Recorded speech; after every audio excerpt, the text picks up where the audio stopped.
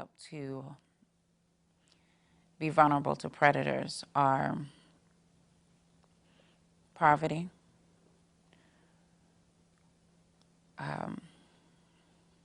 sexual abuse, physical abuse,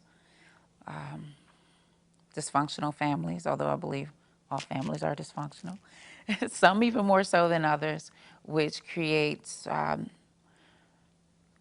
those voids that are within, opens the door. Those are the vulnerabilities. Whether your father's not home, or he's never told you he loves you, or he never gives you that hug, that creates a void where you seek that attention outside of home. There's even sexual abuse increases those vulnerabilities in a sense where being with this trafficker, being with this pimp who protects me, who says he loves me, and yes, I'm physically abused, and yes, I'm sexually exploited, but it's a lot better than my stepfather coming into my bed every other night. I'll tell you something. If you pay the price, you can get what you want. I can get it for you. Really?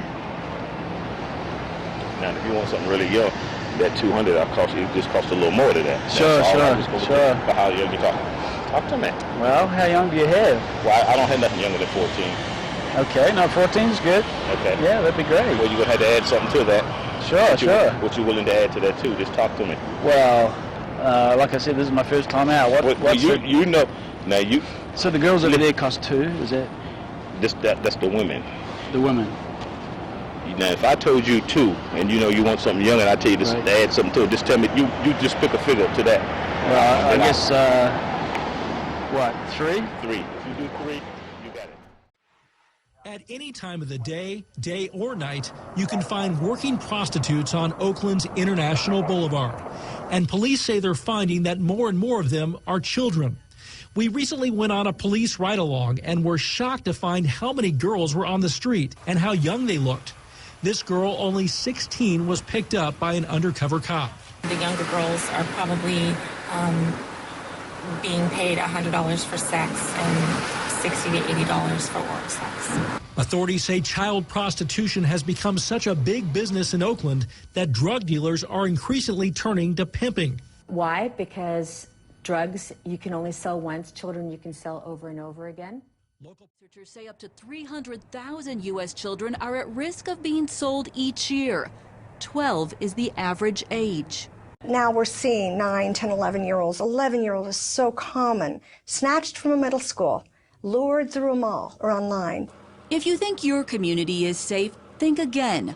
University of Toledo's Dr. Celia Williamson recently reported to the state's newly formed Trafficking Commission. She found more than 1,000 Ohio kids are trafficked every year. This report also put Toledo just behind cities like Miami, Portland, and Las Vegas in terms of raw numbers. But per capita, Toledo is #1 when it comes to traffickers and their victims. Toledo is an origin city. The kids are recruited here and they're shipped across the country. So when the FBI rescues kids, they may find Toledo kids in Las Vegas, in Atlanta, in Pennsylvania, in California. Justice Department and FBI task forces began targeting the problem nationwide in 2003. Toledo became a focus after a 2006 raid at a Pennsylvania truck stop. Almost half of the 150 victims were from Toledo. Even more concerning, 17 of the 18 traffickers also called the city home. I don't necessarily think that there's more here. FBI agents aren't convinced that more trafficking happens in Toledo than other cities. Agent Dave Dustin believes that if you look for it, you will find it. To the untrained eye, however, trafficking is often hard to see. The general public can easily tune out hotspots like strip clubs, motels, and truck stops. You're not going to see kids out on the streets in everyday America, because those are more likely to be the recruitment areas. Those are the areas where our kids are at risk of being recruited and then shipped around the country.